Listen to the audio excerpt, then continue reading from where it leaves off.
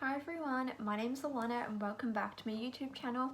If you're new here, I post mental health videos, vlogs and lifestyle videos.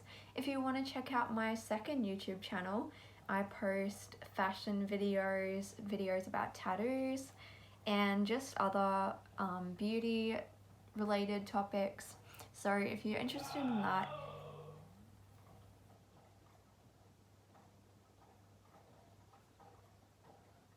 if you would like to check out my second channel, it's all about fashion and beauty, and I post different sort of lookbook videos, fashion videos, outfit ideas, and yeah, just a bunch of stuff like that. So if you're looking for content like that, that's on my second channel. It's all linked down below in my link tree. So if you're new, please press that red subscribe button and give this video a thumbs up. I'm really sorry, number one, for the background if it looks kind of bad. I have tried to use my light, but it's not really working that great, so I'm really sorry because I am filming this at nighttime. But yeah, so for this video I'm going to be touching on how living with a disability has impacted my ability to be able to work, and just like I'm just going to talk about like some points overall, like very generally about disabilities, and then I'm going to be talking more specifically about how my disabilities affect me when like it comes to working and employment and stuff like that. So a background on me, if you haven't seen any of my videos, I am diagnosed with a learning disorder, and I also have multiple mental illnesses. Very long list, so I'm not going to bother going through all of them, but those are what disabilities I have. And I graduated year 12 in 2017, and I am almost 22. I'll be 22 this month, and I've only ever had 2 jobs.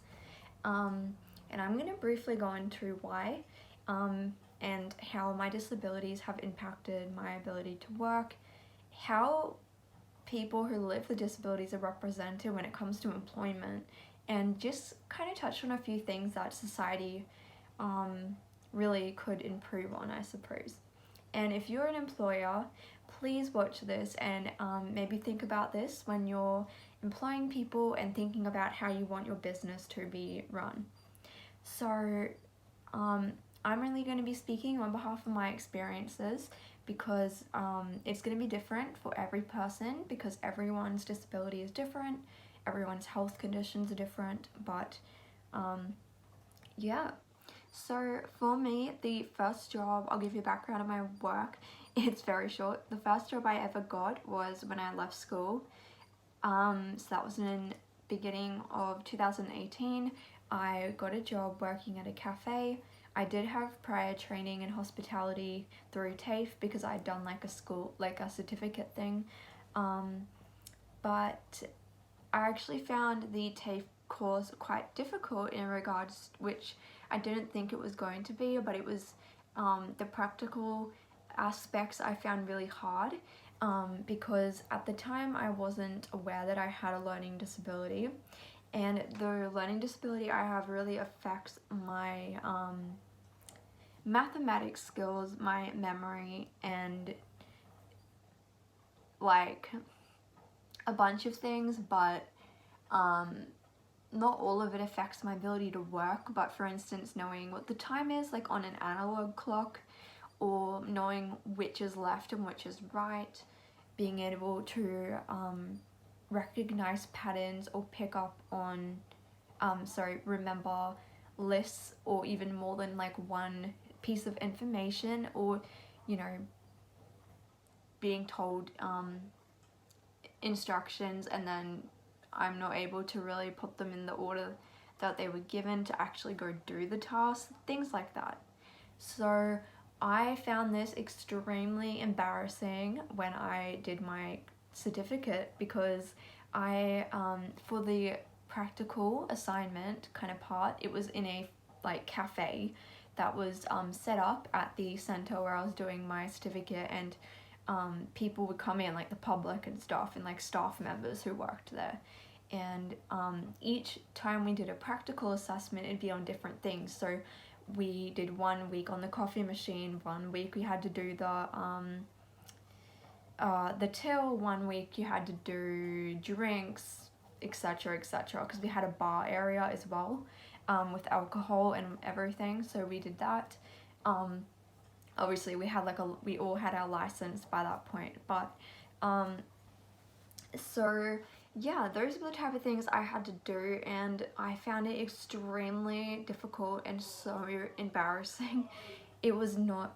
Also, sorry if you hear yelling, it's my dad watching football. It's really annoying. But yeah, I found this so embarrassing. I found it really hard, and I got further embarrassed because the teacher that was teaching was just like had no tact when it came for, you know, helping people out if they were struggling, let alone have a disability. Like, it was not great. And at the time I didn't have a diagnosis, like I didn't know there was anything wrong at this point. So this was like year 12, I didn't know. And so I kind of always just thought, oh, I'm just bad at these things, like I don't know why I'm struggling. Like, I just thought I was dumb, to be honest. I always just, from a very young age, I just thought I was really dumb, because I was like, I don't know why, like, everyone else seems to be able to know what left and right is, and I'm like 17 and I don't even know. So things like that, and for most of it I could kind of cover up and work around it, but when it came to this course, it made me realize, oh my gosh, like, I am feeling so embarrassed, and the teacher publicly embarrassed me in front of all the customers because I couldn't count the money and I couldn't do the till, and I also, by the way, and I wasn't diagnosed with any mental illnesses at the time, but I actually have social anxiety, agoraphobia, and generalized anxiety disorder with panic attacks. So I hated going to TAFE. I would literally come up with every reason not to go each week, and it was horrible because it gave me so much anxiety. I had such bad agoraphobia and social anxiety because hospitality is interacting with people. Plus, I had a learning disability, which didn't know I had, and the teacher made fun of me literally in front of like half of the cafe, and it was horrible. And I couldn't do any of the things I was supposed to be doing, and I wasn't fast enough. The thing was, even when I could do the task, I wasn't quick enough. Because I have to think about it. It doesn't just come naturally to me. So I did that, finished it, and somehow finished it. Then I got a job out of school. I got a hospitality job because, again, that's the only thing I could get. And so yeah, I started working at a cafe. I was doing maybe 12 hours a week, up to 14 hours a week maybe. It was casual, and my boss was really not like understanding at all. At this point, it was the following year, and I was on a wait list to be assessed for a learning disorder, because by this point we knew there was something kind of going on. So I was actually on a waiting list now, but I had to wait a long time to get into the assessment thing. So I told my employer, I said to them, I said, like, look, I'm on a waiting list, I'm really sorry, because I was starting to make a lot of mistakes all the time. But to be honest, I was being blamed for a lot of other people's mistakes as well, because they knew that I wasn't like the best at doing things. So then whenever anyone would make a mistake, they would basically just blame it on me. I tried to talk to my employer and say, look, I'm being assessed, I'm on a wait list, I have a learning disability, and I didn't know what it was at the time, but I said, look, like, I have a really hard time with like money and with my memory, because I had to do the till all the time with the cash register. And the thing is with hospitality is that people are standing in this line, like a long line of people telling you orders, and it was a cafe that served food where it was like big breakfast and stuff where you had to add on all these extra things. It wasn't like just click on one button. It was like a million screens on this one computer, and then there was money, and a lot of older people came, so they all used cash, and it was terrible because I'm bad at cash and I would always mess it up. And I would have to make drinks. Like, we offered like juices and smoothies, and even though I had been working at this place for like 5 months, I could not remember for the life of me what went in what. I had no idea, and every single time someone had an order, I had to go and ask one of the other girls, say, what's in this drink, and they were like, we literally, like, I could tell they were getting annoyed. They're like, we literally told you so many times.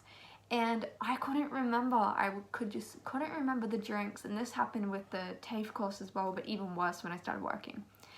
It got to the point I was getting table numbers mixed up, because again, we had to use table numbers. So you would grab the food, grab the drink, you'd have to look at the docket, then you'd have to remember the name of the meal, the drink, take it to the right table number.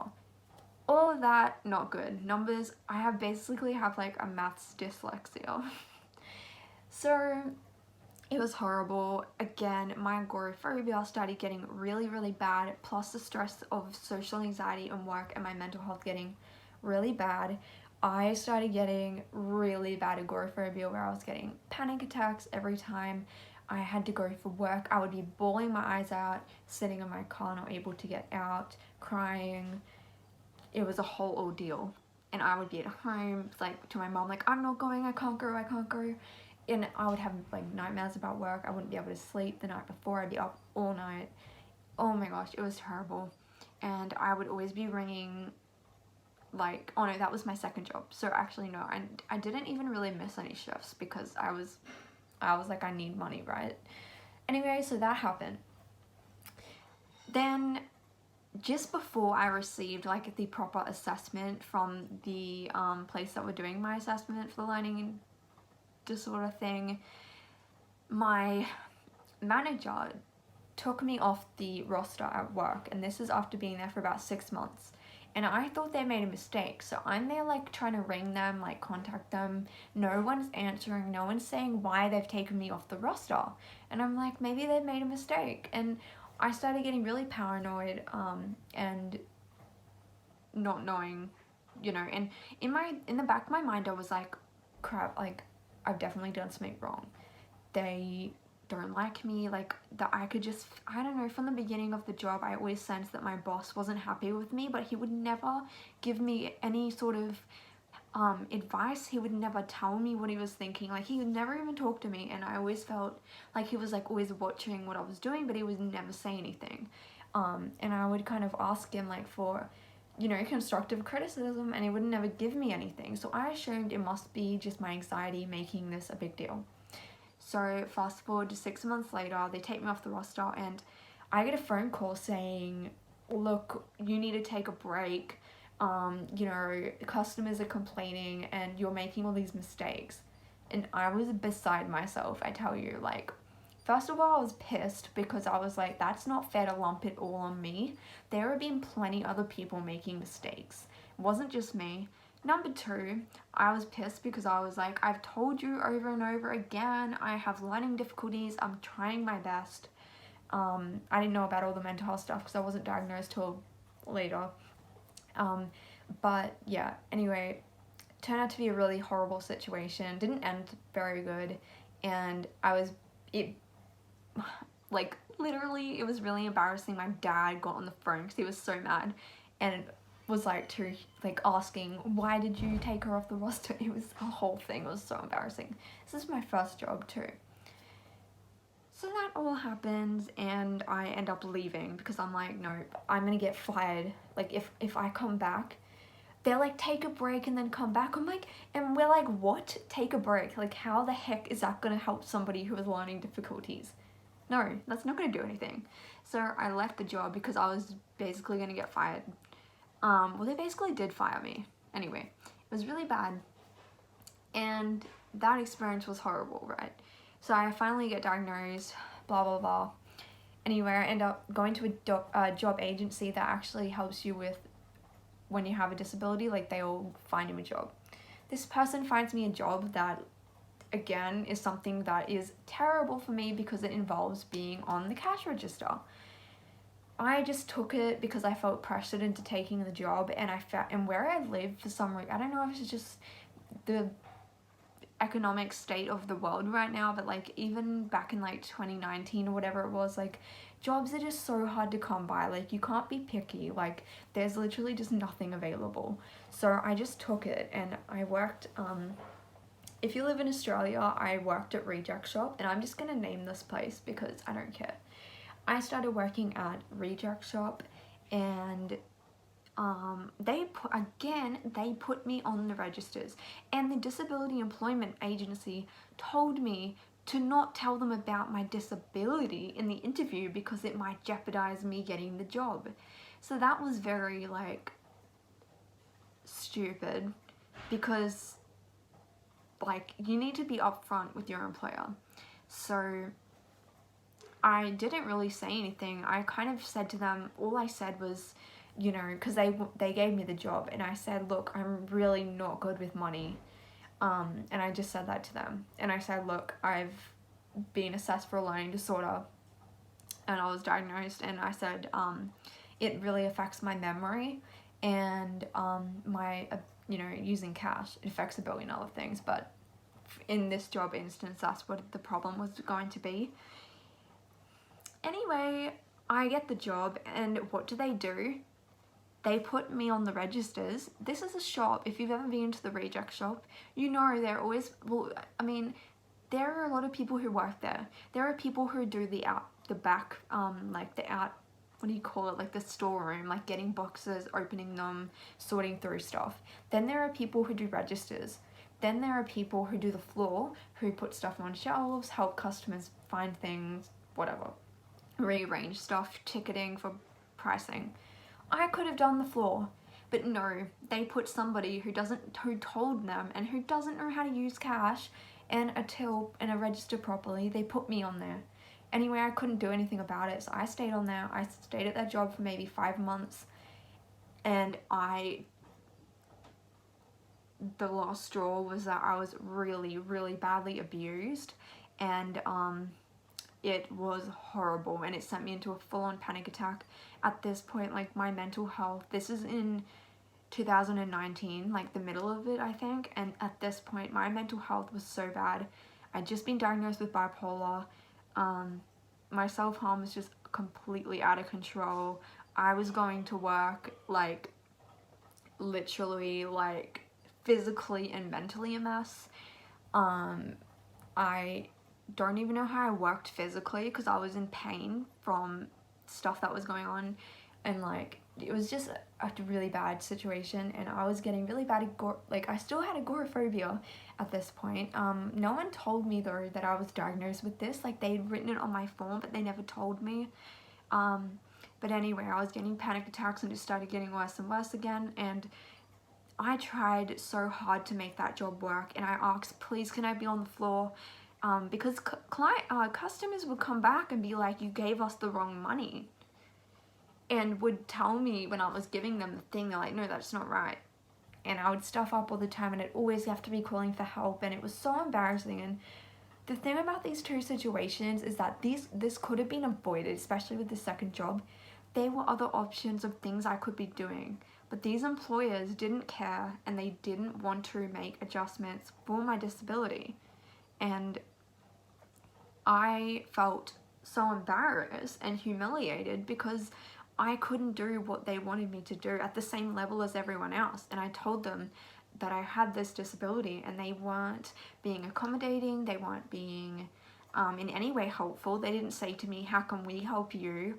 They didn't even ask, and you know, it was so humiliating. I mean, you know, when you keep stuffing up all the time, and it makes anxiety even worse, and then that makes your memory even worse, and my memory was already really bad to begin with, so it was just like a terrible thing, a terrible cycle.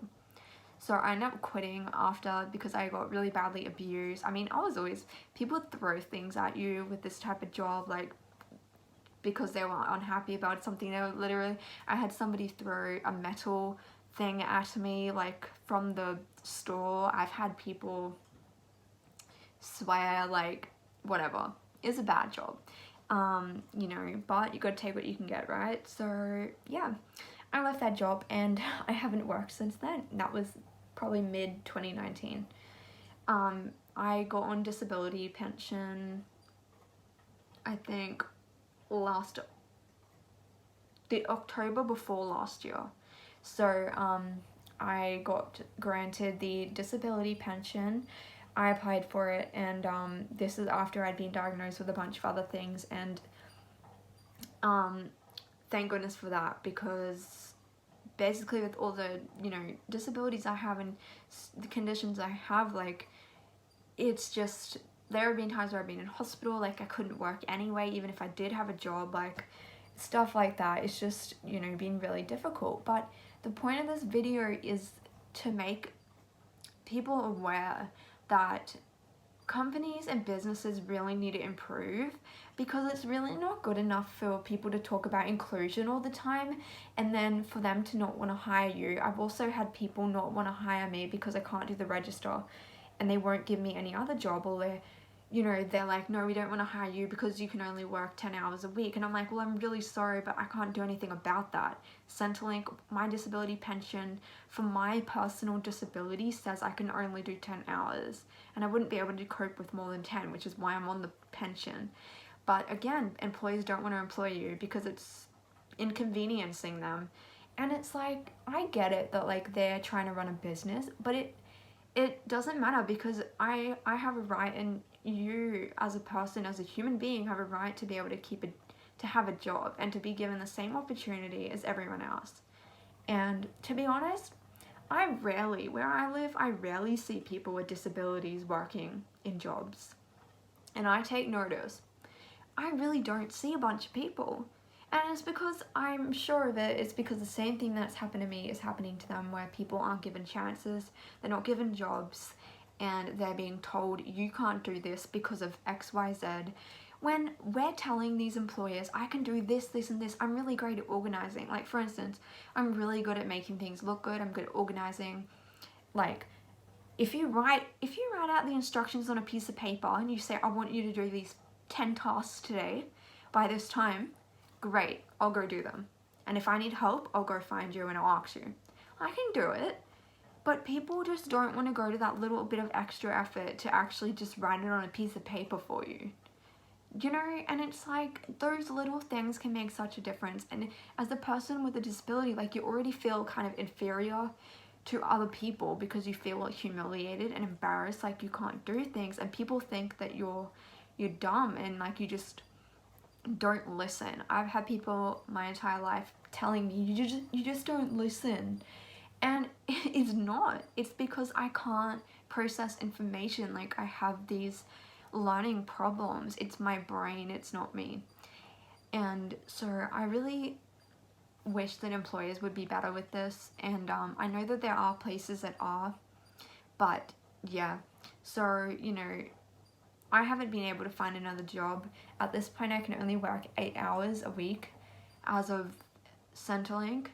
And then my mental health has been quite a struggle lately, so I wouldn't probably be able to hold a job right now. But, you know, when I was well and I was looking for work, which has been the last maybe like 6 months, I have come across the most barriers, like so many barriers. And it's just been one thing after the other, and like it's been so hard for myself and even for other people like my mom and like people who are around me, because they see the strengths that I do have, but everyone just focuses on the negatives and nobody will let you show them that you do have positives, you know. And I think I talked about this in another video which is on my channel called How Society Views Disabilities, and that we need to do better. So I hope that this made you think about what it can be like. You know, this is just my experience with jobs, and luckily I have had a good experience with most of the work experiences and work placements I've done. And you know, the job that I've chosen as, well, the career path that I'm working towards is to be a counsellor, and that is something that I can use. Like, it doesn't involve math, it doesn't involve, obviously it involves, you know, you do need a good memory, but you're allowed to take notes, obviously, and you have a lot of other resources and you work your way around it, and it's fine. You know, I learned to drive even though I don't know my left and rights, and I have trouble with auditory processing and stuff. I can drive, and I'm a good driver. So, you know, you can totally work around your disability, but the problem is when other people don't want to help you and other people aren't willing to work around it, because you can only do so much. You need other people's help, and it's so frustrating because I'm sure you don't like relying on other people either if you have a disability, but you want to be independent, and you should be independent as much as you can be. So I hope this made you guys maybe think about some things, and that was just a little story time on some jobs that I've had.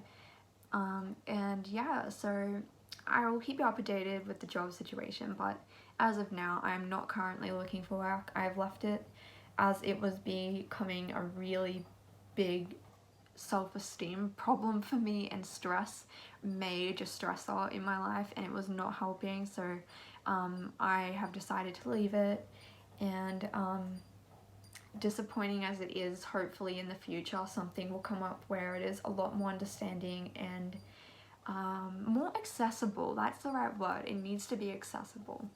So yeah, I hope you guys enjoyed the video. Leave any video suggestions down below. Someone commented asking to make a video on how to recover self-harm when you need to go swimming or you're on vacation in the summer, stuff like that. I will make that video. Sorry I haven't put it out yet. I just haven't been very well myself, but I'm gonna try to do that video this week, and I'll upload it really soon, so don't think I've forgotten about it. I won't mention the person's name because I don't know if they want their name on the video, but I definitely will make it, and I'm sorry that I haven't been able to do it yet. But yeah, thank you guys for watching, and I'll see you in my next video.